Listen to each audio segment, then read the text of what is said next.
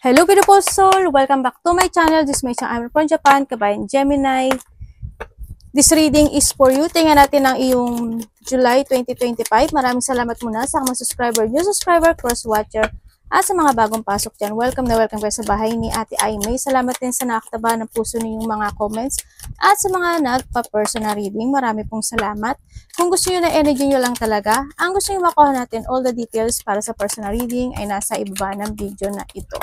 This is a general reading kabayan Gemini. Kunin mo lang ang sayo at itapon ang hindi naman sayo. Maaring vice versa. Energy mo, energy ng person mo, energy ng malapit sa puso mo, nangyayari or mangyayari pala. Use your own intuition, labakan natin nating isipan. Wow, may success ka oh. Tandaan nyo, kayo pa rin makapagpapabago ng buhay nyo. Ano man ang gender nyo, ano man ang edad nyo, ipasok ng sarili nyo. Mag-ingat kayo sa mga nagpapanggap na ako. No? Sa Facebook, sa TikTok, o sa YouTube man, mag-ingat po kayo. Hindi po ako kusang nagte-text sa inyo at isa lang ang GCash number na ginagamit ko na nasa description below. Mag-ingat kayo para hindi kayo ma-scam ha. TikTokers, sa TikToks is at TikTokers 30 lang po ako at wala nang iba. Kinakopy niya kasi yung mga video ko eh. Tatandaan nyo, hindi rin ako nagri-ritual kasi siya parang nangihingi siya ng pera at parang may mga sinasabi siya. No? Ingat po kayo para hindi kayo ma-scam. Gemini. July 2025. Ano ang meron sa kanya? Okay. Gemini. Uy, meron kang a meeting with a stranger could be important. Mukhang meron kang makikilala na bagong tao, no? Maaring bagong kasamahan mo o bagong makakasalamuha, no? Sa nakikita ko dito. Time to go out and have fun. Maaring ito yun, ano? Siguro, iba sa inyo, may tao na, syempre, kumbaga, kung may mga mag-have fun kayo o lalabas kayo, maaring may tao makipagkilala sa inyo o kaya may makapansin sa inyo, yan. Syempre, sinasabi rin dito na enjoy the fruit of your labor and success, no? Mag-enjoy ka rin sa buhay, kumbaga. Kung kinakailangan na huwag ka mag-focus to a certain situation, if ever na meron man, diba? Yan, dyan ka mag-focus sa mga bagong gawain mo sa buhay mo. And new home, new attitude is also this a cleansing, no? Yan, kung may mga kailangan na linisin sa loob ng bahay, itapon mga hindi kailangan para mas pumasok si magandang success in life, ganyan. And then, syempre, kung may mga kailangan na baguhin when it comes sa sarili mo, kumbaga dati palagastos ka, this time kailangan mo na baguhin. Kung ano mga dapat baguhin, mga ganyan na, o dapat linisin, sa nakita ko dito, baka maglilinis ka na. And situation in the balance that require careful handling. Ito na yun, no, si broom tsaka si grasshopper, di ba? Kailangan sa lahat ng aspeto ng buhay mo, kailangan balanse ka. Sa pera mo, sa kinakain, iniinom mo, sa mga tao na nakakasalamuha mo, ganyan. Kailangan ay meron kang careful handling or balance lang talaga. Someone you know is undependable and insincere. Maaring may tao dito na hindi siya sincere. Maaring halimbawa kung pagbabago o any situation, or maaring ikaw rin ito, no? Maaring may mga bagay na not willing to let go ka or not willing to change. Siyempre, sa iba naman sa inyo, someone na kilala mo na hindi mo siya kayang baguhin kasi yun na yung nakaugali niya, yun na siya, diba? Kung halimbawa, kung talagang siya yung tao na palakilala at pala friendly na, kumaga, kung babaero man siya o lalaki man siya, diba? Mukhang mahirap na baguhin yun. Or hindi lang siya sincere to change. Kung sa mga aspeto ng buhay mo yan. Or maling kasamahan mo sa trabaho, pwede rin. Yan. No? Kumbaga, sala sa init, sala sa lamig ang mga nagaganap o nangyari. Recognition, reward for merit. Uy, meron kang recognition sa iba sa inyo. Kumbaga, there's a fruit of your labor. Kung ano yung, syempre, kung ano yung ginawa mo, yun ang darating sa'yo. O may mga disturbance, may mga supernatural situation happen sa buhay mo. Siguro yung mga, alam mo na may mga supernatural, di ba? kung ano man yan. And syempre, andun yung maaaring may mga time na naiinis ka, naiirita ka, or something situation na makaka-disturbance sa'yo. At magkakaroon ng mga pagkikita when it comes sa friend, sa iba sa inyo, no? Yan, maaaring magkakaroon ng ayaan, labas, ganyan.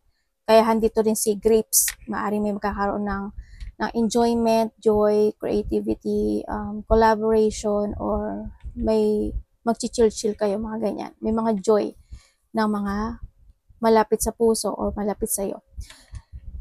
Andito rin yung sitwasyon na may mga ready to arrange na kasi to, no? Sinasabi dito na may mga bagay na need to prepare, o baka may ipiprepare na kayo, may prom, and may mga something situation na need to arrange. Mga ganyan. Kung nahandito ka sa sitwasyon mo na disturbance, siguro kasi handito si Broom, si Grasshopper, si Grapes, tsaka si Feather, di ba? Ang sinasabi dito na may mga bagay talaga na kailangan ng desisyonan, i-change, ganyan. Sa nakita ko dito. No? Kumbaga, you need to readiness, kumbaga handun yung arrange mo yung mga bagay na dapat i-arrange, ayusin yung mga dapat ayusin, mag-prepare hanggat maaari, no? Siguro need to prepare for something kasi maaari may darating na hindi magandang sitwasyon sa buhay mo. Yun ang nakikita ko dito, External love, eternity, consistency, and soulmate. Maaring iba sa inyo, andito ka na sa situation mo na you are ready to go when it comes to a partnership, no? Either this is a lovers, ganyan, o kaya, yun nga lang, maaring ikaw or someone, meron kang gustong, ano ba to? Kasi nandito rin si friend, meron kang gustong panatilihin or you want to hold something. Sa nakikita ko sa'yo dito, sana hindi ka nagdadalawang isip or hindi nagkakaroon ng mga disturbance or third party situation, no? When it comes to a love sa iba sa inyo. Sa iba kasi sa inyo, dito tayo si eternal love, Kumbaga, merong tao talaga sa'yo na nakapagbibigay sa'yo ng kasiyahan, nakapagbibigay sa'yo ng, alam mo yung iniisip mo na, I hope sana siya talaga. Yung mga ganong sitwasyon, ano, sa nakikita ko sa inyo dito. Pero yung iba sa inyo, ready na kayo sa bagong pag-ibig, no? Sa iba sa inyo. Kaya natin ang iyong energy. Maaring yung iba sa inyo, andito na kayo sa sitwasyon nyo na maaring isa sa nakakasalumuha mo o isa sa friend mo is your soulmate. Yun ang nakita. Kung kayo naman is in a relationship, at hindi naman talaga nagiging maganda na talaga, di ba? You need to let go na yun. Kailangan na si Broom, di ba? Para dumating si Basket. Kailangan mo ding tumingin sa iba. Kumbaga, kung medyo hindi nag-good yung situation mo, no, with comes sa ibang aspeto ng buhay mo, sa trabaho mo, sa relationship mo, sa kaibigan mo, ganyan. Nandyan, di ba? Explore ka. Kumbaga.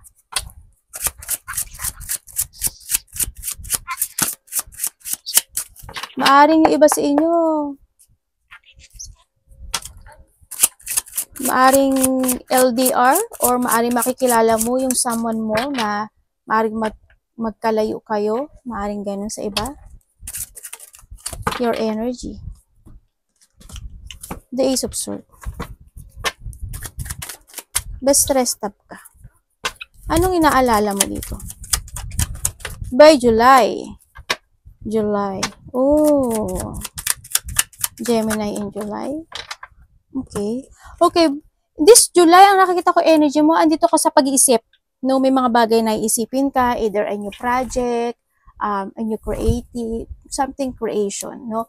May mga new situation happen sa buhay mo. May mga bagay na siguro andito ka na sa you're starting to invest for something. Project, love life, creation, and then also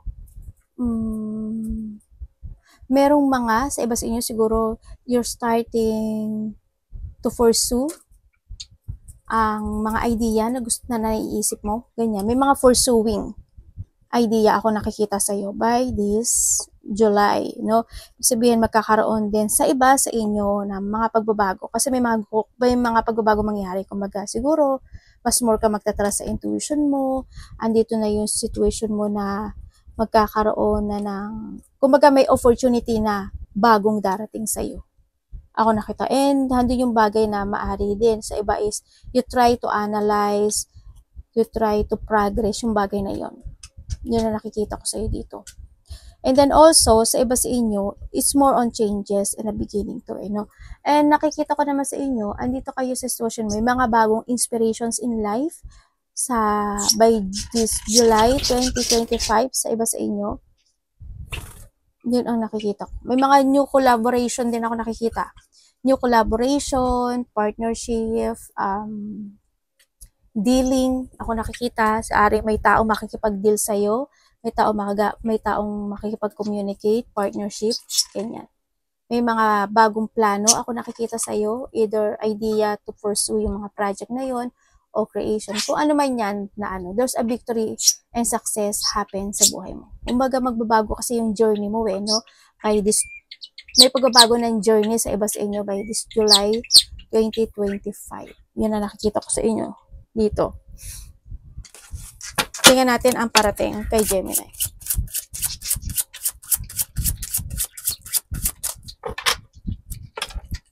Parang ang dito ka sa sitwasyon na yung may matagal ka nang hinihintay. Sa iba may matagal ka nang hinihintay sa buhay mo. And this time, mangyayari na siya by July. Yun ang nakikita ko.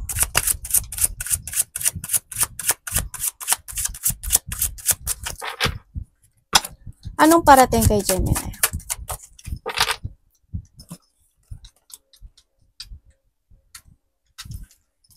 Sa iba naman sa inyo ay may tao makikipag-communicate sa inyo. May taong naghihintay na makipag-communicate or ikaw ang naghihintay. Parang ganun ang nakikita ko sa iba. Ten of Cups, parating. Ano to? Ooh! Talaga? Parating sa'yo. Ang parating sa'yo by July, ang nakikita ko dito, parang may konting situation ako nakikita na parang nawawalan ka na ng interest. Yun na nakikita ko sa'yo. Nawawalan ka na ng interest, parang andito ka sa sitwasyon mo na you want to start anew in life. Yun. Na yung mga bagay na hindi ka na interesado.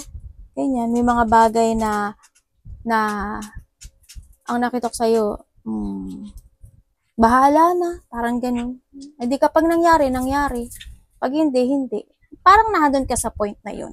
Sa nakikita ko sa'yo dito. Yun ang parating sa'yo. Halimbawa, may ninanais ka na makamit o ninanais mong makamit or wish, no?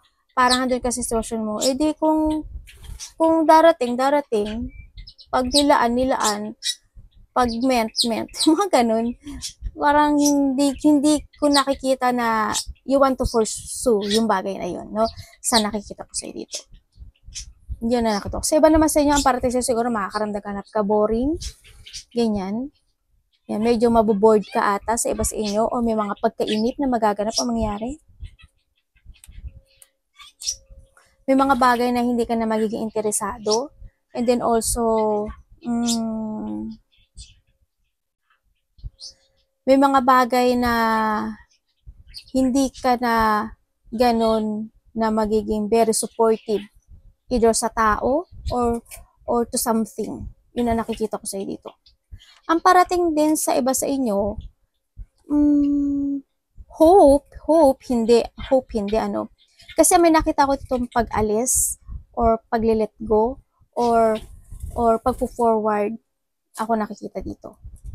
Siguro kasi andito ka na sa Ten of Cups. Ibig sabihin, halimbawa, ano bang pwede kong sabihin? Halimbawa sa trabaho ko, o kaya halimbawa sa relationship, di ba? Halimbawa. Parang kung sa trabaho parang you want to go na, gusto mo na ng bagong beginning o gusto mo na ng bagong gagawin. Kumaga, new plan, maaring ganun sa iba. Ganyan. O kaya ganun din sa love life. Kumbaga, kung saan na lang kami dalhin ng situation. Ganun. Kung kami, kung hindi. Sa trabaho, ganun din. Ang nakikita ko sa'yo, kung maaaring nawawalan ka na rin ng interest sa meron ka sa ngayon. Kung sa mga aspeto ng buhay mo yung pasok mo, ano, sa nakita ko dito. Maaaring iba sa inyo, you have a travel by 3 days, 3 weeks, 3 months. Ang kita ko dito. Or handin yung sitwasyon na may mga i-forward ka na plano sa iba sa inyo. Yan, may mga, iba sa inyo is something you want to take it action sa, may a-actionan ka raw dito. Sa nakikita ko sa iba sa inyo.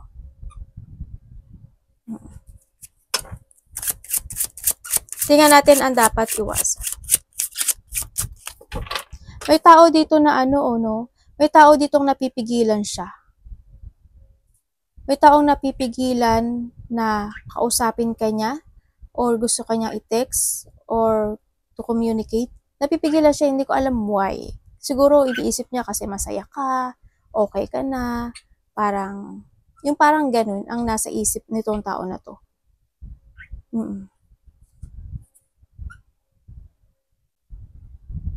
Kumbaga, andun din yung tao na parang nawalan na ng love or hindi talaga siya interesado kasi nakikita niya na masaya ka na. Yun ang nakikita ko, ha. Ano dapat iwasan, Gemini?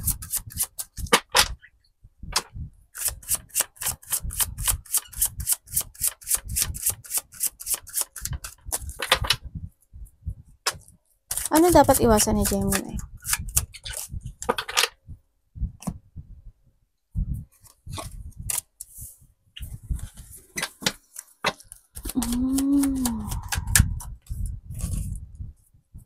Oy, yung iba sa inyo, ay gumin ni anak. Okay, ang dapat mong iwasan, iba dito may third party, no? Ang dapat mo daw iwasan, yung isang bagay na wag mong ipilit yung sarili mo kung hindi ka na masaya. Wag mong ipilit yung sarili mo o wag kang ma-stagnant or wag mong pekein yung kasiyahan mo kung alam mo naman sa sarili mo na may kulang o hindi na ganun na katulad ng dati. Yun ang nakikita ko dito.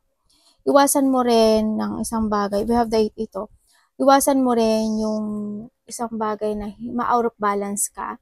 Kumbaga, iwasan mo yung hindi mo rin isipin yung sarili mo. No?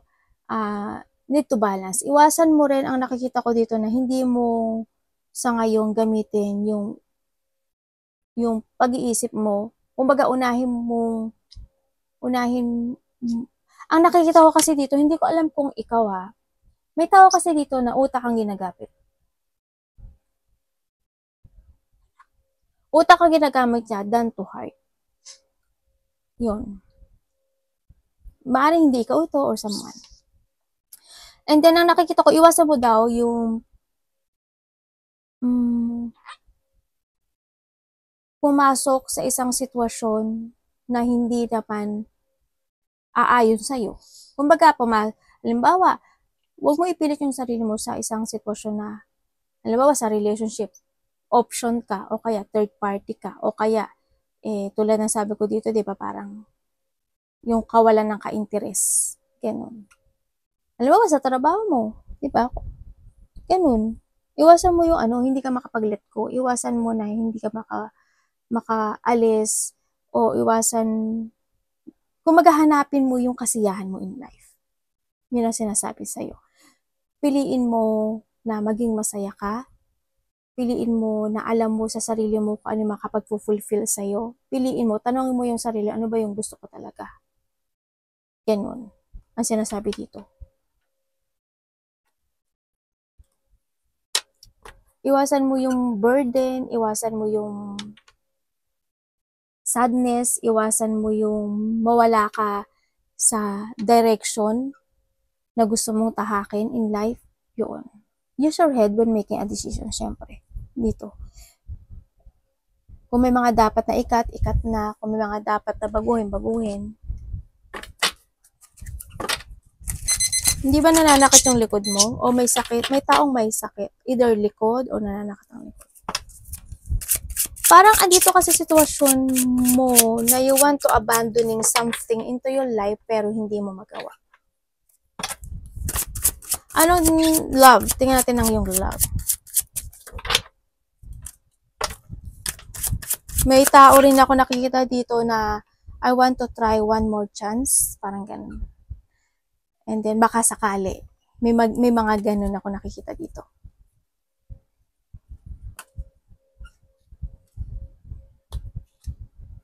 Pero sana masaya siya. Or someone into your life, pinipeke na lang niya yung kasiyahan niya.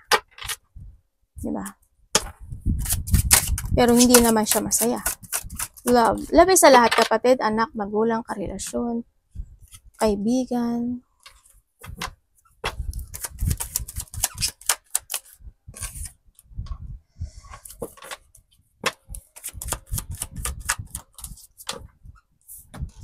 When it comes sa love, ang nakikita ko sa'yo dito, meron tayo Aries, Leo, Sagittarius, Taurus, Virgo, Capricorn, yun. Pisces, Cancer, Scorpio. When it comes sa love, ang nakikita ko sa'yo dito, medyo may burden ako nakikita sa'yo, no? Andito ka sa sitwasyon, why? Kasi medyo imbalance yung relationship na to. Medyo there's a chaos. Kung nagkakaroon ng chaos, ganyan.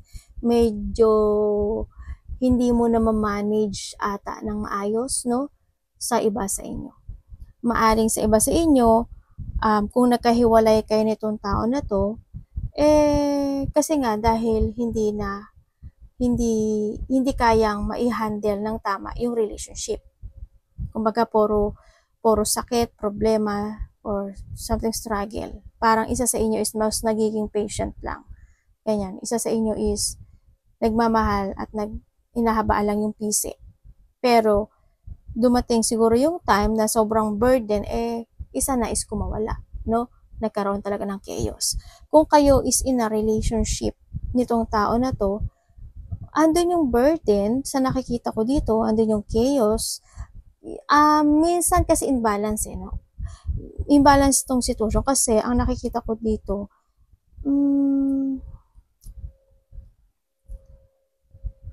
medyo hope, diba? Hope na mabalansin nyo to kasi na-overcommit lang yung isa sa inyo. Kumbaga, tinatanggap na lang niya kahit mahirap yung relasyon na to sa nakikita ko dito. Pero sa iba naman sa inyo is andun yung burden. Alam mo yung siguro may mga time na dumadating kayo talaga dun sa burden, hindi kayo nagkakaayos, hindi kayo nagkakatugma. May mga time na gano'n siguro, no? Kaya nakikita ko dito yung burden. Pero handun lang yung isa nagiging pasensyado lang. Diba? Yung kumbaga, inaaklang na lang niya yung responsibilidad when it comes in this relationship.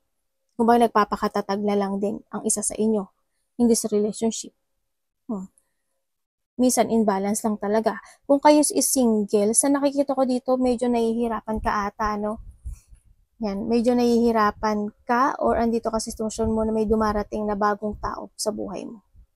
Kasi may bagong tao kung nakikita dito. May bagong tao na dumarating in life. Kaya medyo parang yung iba sa inyo gusto nang bumitaw. Kung gusto mo na bumitaw, may darating. May darating sa'yo. Kasi may observe, oh. May darating na bagong tao. Sa iba sa inyo, maaaring nagkakaroon na kayo ng communication nitong tao na to. Maaaring hindi siya malapit sa'yo Ang nakita ko, in a distance. Or kung malapit man sa'yo, siguro andun yung sitwasyon na baka magparamdam siya sa'yo. Tingnan natin ang iyong health.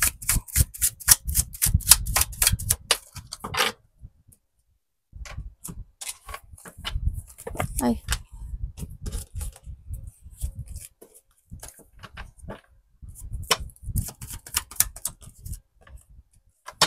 Okay. When it comes sa health mo, ang nakikita ko, okay ka naman. Okay ka naman, balance naman din, no? Ang nakikita ko sa'yo, you try to make it balance naman din yung health mo, yung kinakain mo, yung iniinom mo. Ganun. Siguro ang problema lang sa'yo, andito ka lang sa sitwasyon mo na marami ka lang iniisip.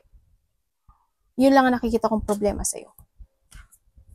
Marami kang gustong gawin. Marami tumatakbo sa isip mo.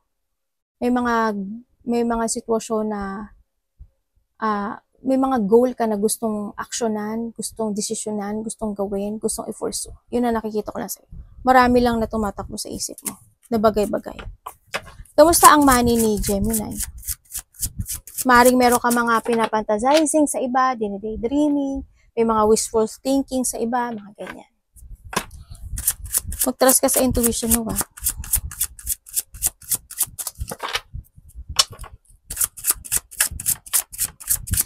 May tao dito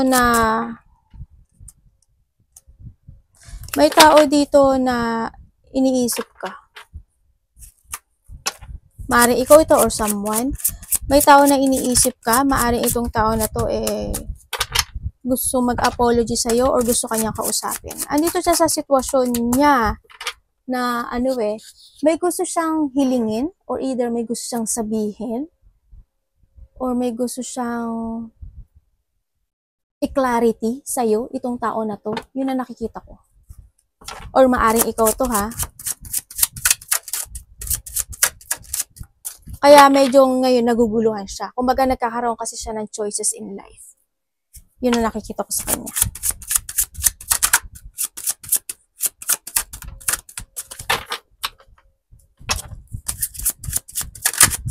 Kung sa love life to, naku po, mahirap to. Kasi nagkakaroon siya ng choices sa buhay niya. Gusto lang niyang may gusto siyang ma-clarity sa sarili.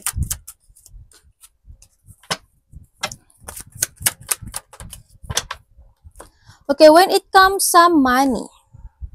Sa money mo, okay naman yung money mo, no? Nagkakaroon naman ng development. May development. Ano sa Empress eh. Doon sa development naman, may mga bagay naman talaga na pinag-iisipan mo, yung pagkakagastusan mo. Kaso minsan lang talaga, may mga time lang talaga na pikit mata ka lang. Kasi gusto mo yun. Gusto ko niyan. Pag ito gagastos ikaw ganyan. Andun ka sa sitwasyon na yun. Pero syempre, kahit pa paano, nagkakaroon siya ng development.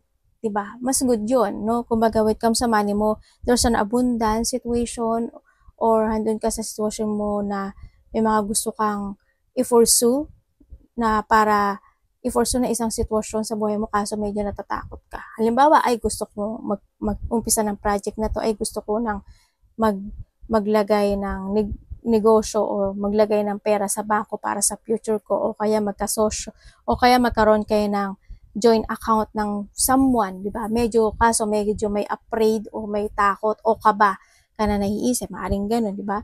May mga bagay ka na naiisip na gusto mong gawin when it comes sa money mo to grow more ang nakikita ko sa iba sa inyo. Yun nga lang, medyo may kaba ako nakikita sa inyo. Pero magkakaroon daw ng development when it comes sa money mo. Huwag ka lang pabigla-bigla kasi iba dito, pag nagustuhan eh. No? Tingnan natin ang advice. Parang ito ata to.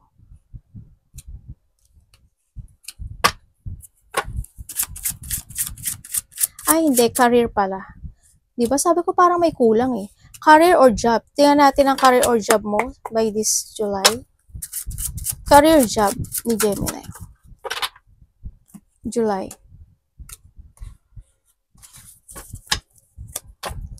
When it comes sa career or job mo ay sabay ka na. Ay, bakit ganito?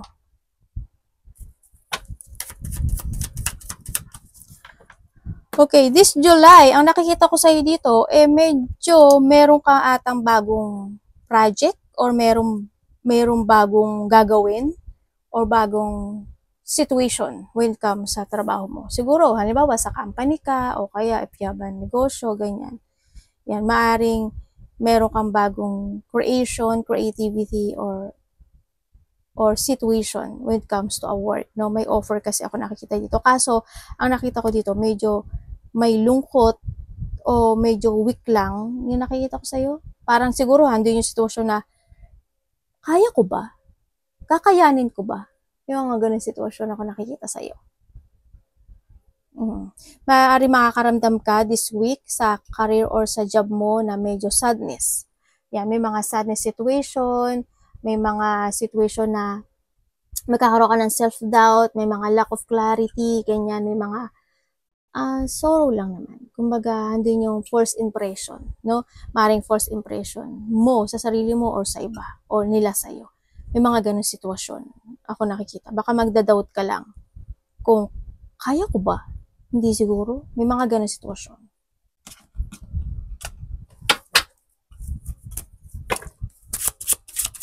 Tingnan natin advice. Baka may iba kang baka may bago kang gagawin o may bago kang haharapin by July sa trabaho mo.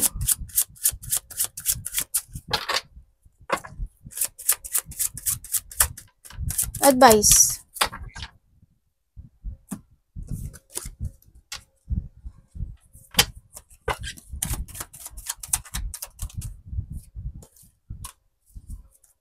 Ang advice sa'yo, as long as nakapokus ka, as long as malakas ang loob mo, as long as hindi ka magpapabothered or hindi ka magpapa-interrupt o magpapa-distract, no? Sa mga bagay na makapagpapa-distract sa'yo, it's good. Ang sinasabi dito, no? You need to focus. Give your hard work. Focus and commit. Kumbaga, sa mga bagay na gusto mo mag-success sa buhay mo.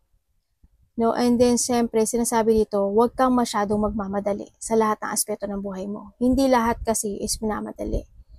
Kailangan sa iyo is maging dedicated ka lang dun sa bagay na yon or kasi may mga dapat i-progress eh. May mga dapat na prosesong gawin no. Kumbaga, ibig sabihin, siguro kaya niya sinasabi sa iyo to kasi pwede kang magkamali.